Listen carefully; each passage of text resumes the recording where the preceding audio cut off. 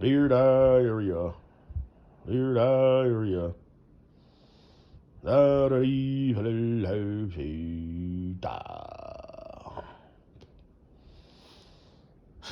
It's still all drizzly and gray out. If I had me a honey boo in my life, we could sit outside under the overhang on the deck, bundled up, sipping a hot beverage of choice, cocoa, cafe, tea, chai tea, Tang, yuck. I guess there's a thing called Russian tea where Tang is included in that.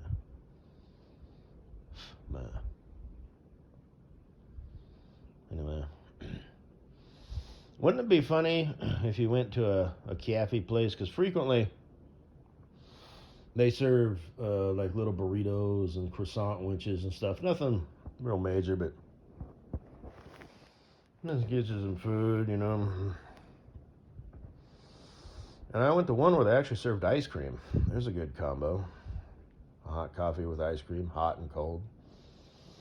But what if they served something, you know, we've all heard of coffee ice cream. It's good. But what if they actually took like vanilla ice cream and, you know, chilled coffee, you know, that they had made, brewed, and, you know, put a blob of, you know, vanilla ice cream in actual coffee. That seems like that might be kind of good.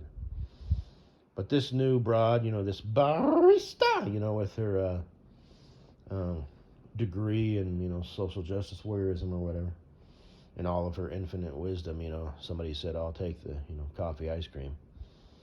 And, you know, she scooped it up and took a pot of hot coffee and dumped it over the ice cream. And, of course, it melts immediately and hands it to the person. And they're like,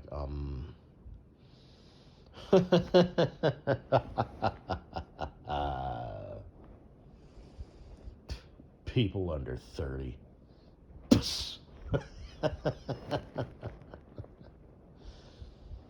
Yeah. It's here. Yeah. Wheels are falling off of airplanes now. Falling off. You know, the pilot didn't accidentally veer off the runway because, like I said, those are one of those professions. I think, just like doctors that I had said the other day, they're going to get missed because the hard times phase is going to be on its way out. And the amount of training, although you can become a pilot fairly quick, you know, fast track. So hopefully at least they're pairing, you know, new pilots with older pilots. Because if you're the pilot, even in the regionals, you know, you have to be, you know, a first officer or co-pilot for like 7 to 10 years. At least that's kind of roughly what it used to be. And my future bestie Cool Breeze can vouch for this because he knows a pilot.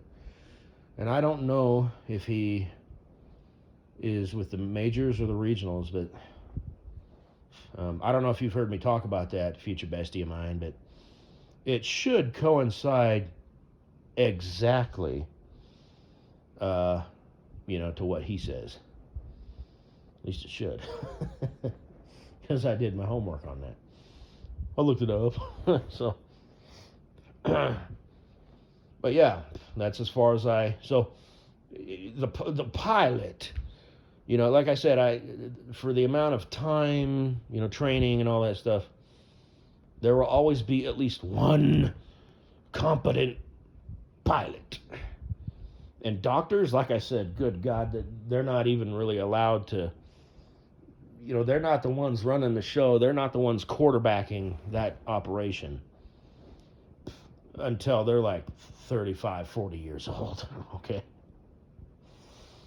They're training and interning. They might be doctor's assistant. You know, they're handing him tools. They're helping, you know, spread the heart apart while he goes in there and puts some clamps in. But they're not the doctor. They're not making the decisions. So I think the doctors are going to get missed by the weak people. Pilots, I think there's gonna get a few through. There are gonna be some unqualified pilots at the controls of an airplane, but they're gonna be sitting in the right seat. And it doesn't. I was gonna say regionals, but that doesn't matter. The size of the airplane and how far they're going doesn't matter. Which we all know it does. But size and distance doesn't matter, man. Yeah, it does. She'll tell you it doesn't, but it does. Uh, but they'll be sitting in the right seat, or the right seat. In the left seat, which is where the pilot and heliocopters they sit in the left, unless they're a utilitarian plane where they have to look out, like logging helicopters, because they need to have the collective or whatever it's called, the up-down stick, so they can look out and still have control of it. I don't know why they configured them that way. I guess it's just easier, to have the controls running down the middle. I guess. I don't know. But I don't know. I don't know why they did that. But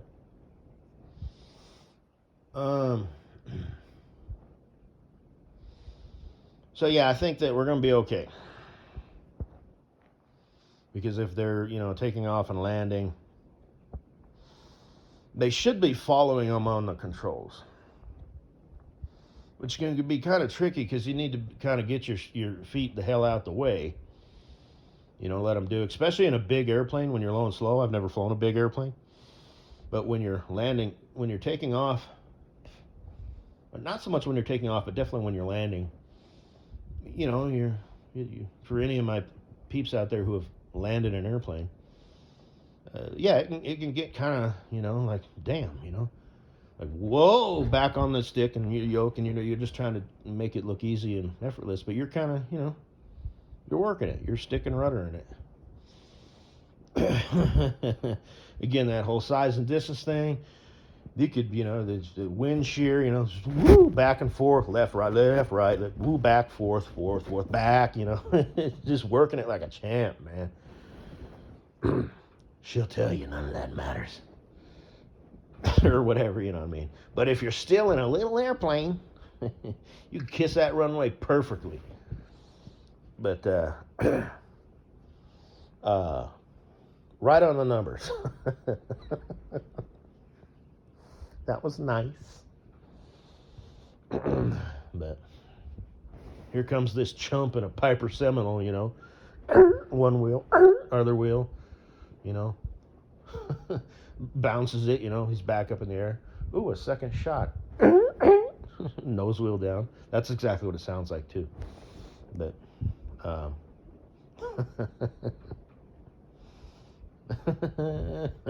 anyway, moving on. But and don't forget to look over to the side. That was always my pilot dude. My instructor did have to remind me of that every now and then. I'm just looking out the window at the cowling up at the sky, and he's all head to the side. They used to say face against the glass because you can't see until the nose wheel touches the ground, and then you can see. Because I'm a driver, right? I'm a truck driver, so I'm checking my mirrors, which aren't there. I actually did that once. I was on the runway, landed. We're slowing down, engine at idle. Still using the aerodynamic braking, whatever. I got the yoke pulled back. I shit you not, I checked the signs. Stupid. Fuck. But, and there was a guy behind me too, and he was coming in. I think he was kind of trying to put the pressure on. He knew I was a student pilot, I guess. But it's like, motherfucker.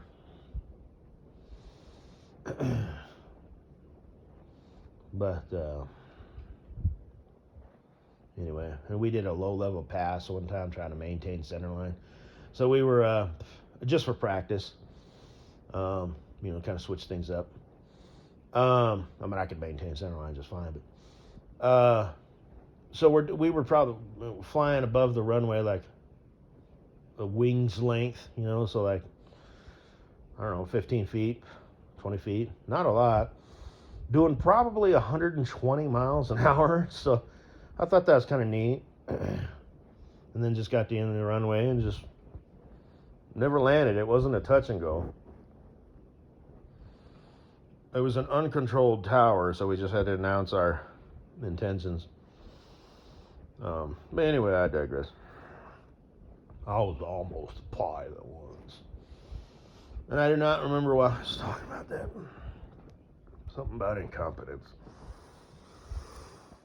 But,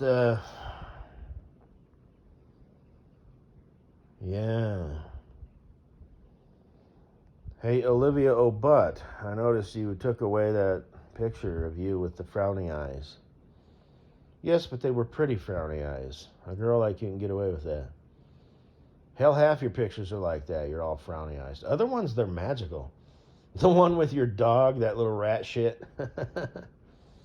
You're all happy. Is that your dog? Because I looked at that and I was like, where did that go? Was that in the circle feed? I could have swore. Yeah, you deleted it, didn't you? Well, you little bitch.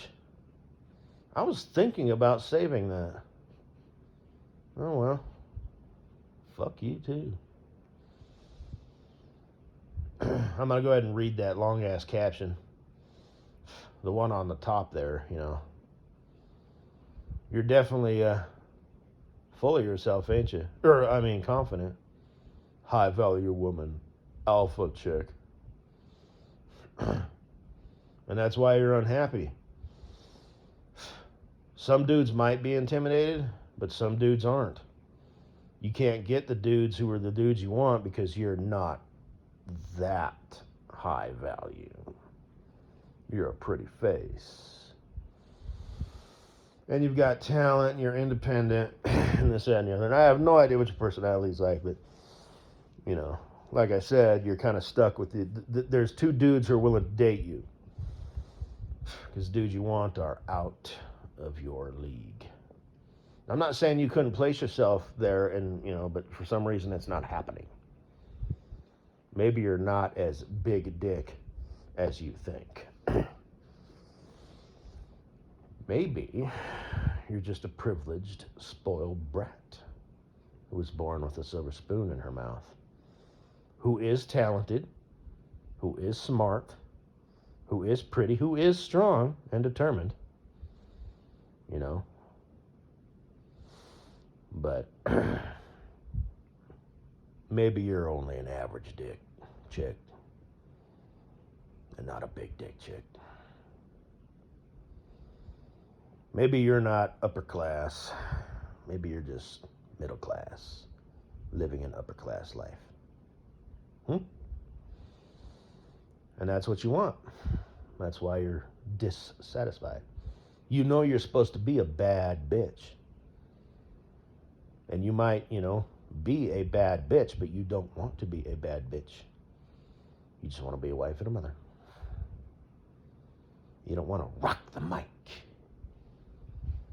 You want to rock Rice Krispie treats. So, the homemade ones. Because the ones that you buy, they taste chemically for some reason. It's all them preservatives. They're not the same as when they're homemade. So, and you could add extra stuff to it. You could add like a little extra vanilla, or something just to make them special. So they're not just Rice Krispies treats, but they're, what was your name again? Olivia O'Butts Rice Krispies treats.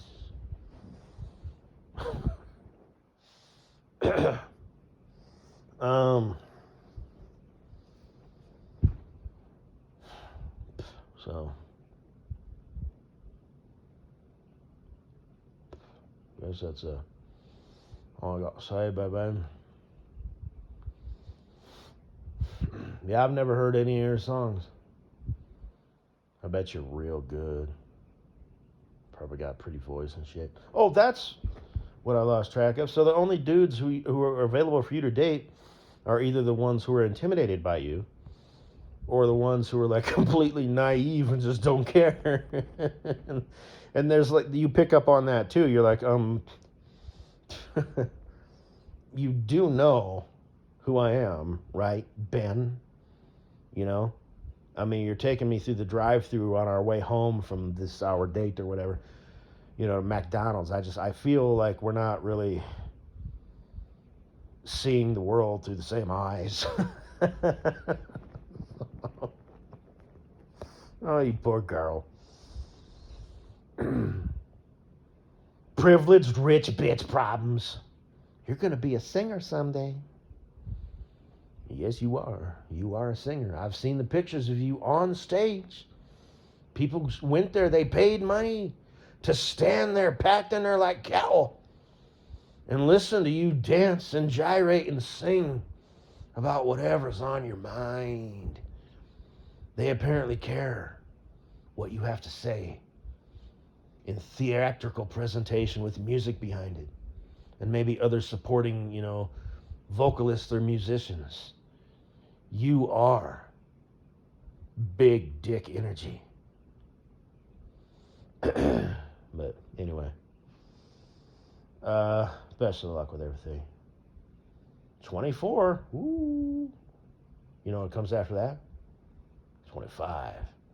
And then, when you look at yourself in the mirror, every day, you will be reminded that you are half of 50 years old. Oh, man. And I don't know how many kids you want to have if you want to, get married and go that route. But like I said, it kind of takes time. They don't happen overnight. You got to bake them, birth them, nurse them, recover, and then repeat the process and have at it again. Only takes a dude, 7 to 10 minutes to do his part. The rest is all you. Be nice if you could find you a man who understood that and supported you and appreciated you and as best he could. I mean, he's the man, but she's making the babies right now, so you need to answer to every, beck and call. This isn't the time to be the shit test passer. It's like this isn't a test, she means it. So anyway. So you probably don't have the baby rabies yet, but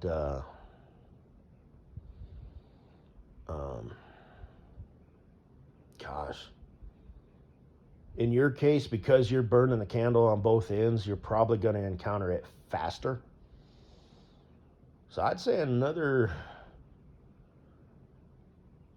2 years tops, and I'd say, yeah, you'd be crying yourself to sleep every night, in that pillow stuffed with money and all your fanfares who love and adore you. I love you, Lady Gaga, I love you. Oh, this is the greatest moment of life. Just like a practice. Hey, thanks for the sketch, no doubt. So, anyway. Hey, Bobs. God, you look good with your eyes traced with, you look like an Egyptian, mascara and stuff so they pop. When are you going to break into real movies? Your dad is super overbearing, protective of you, You're in another movie, but it's another kid's movie. Don't you want to do real movies? I guess your dad thinks you're too young yet. Hi, guys. Anyway, I bet you've got a mature side to you. I just haven't seen it yet. Only Milo gets to see that side of you. Uh-huh. But, or as I call him, your ultimate low. He's not really, but like I said, I've been stalking you for a minute. You do like, you like them fluffy, you like them twinkly. So, you're the reason your two brothers are gay. I mean, what are the odds? You know, a husband and wife have 3 kids. A daughter is the oldest and 2 sons, and they're both gay? No, no, no, no, no. You turned them gay from playing dollhouse and dress up and tea party with them. So, and now your brothers are Corky Romano and the guy from Pierce the Toast. Meet me at the corner of First and Main in half an hour. Lady, not for $1 million. But,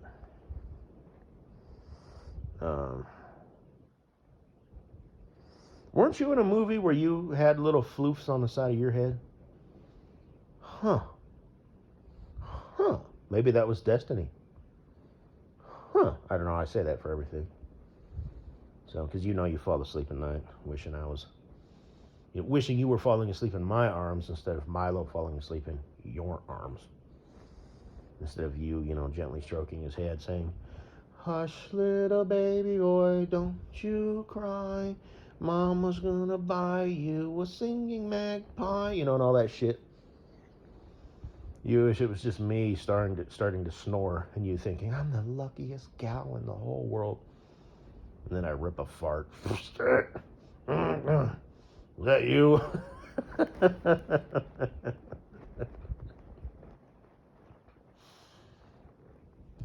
Anyway.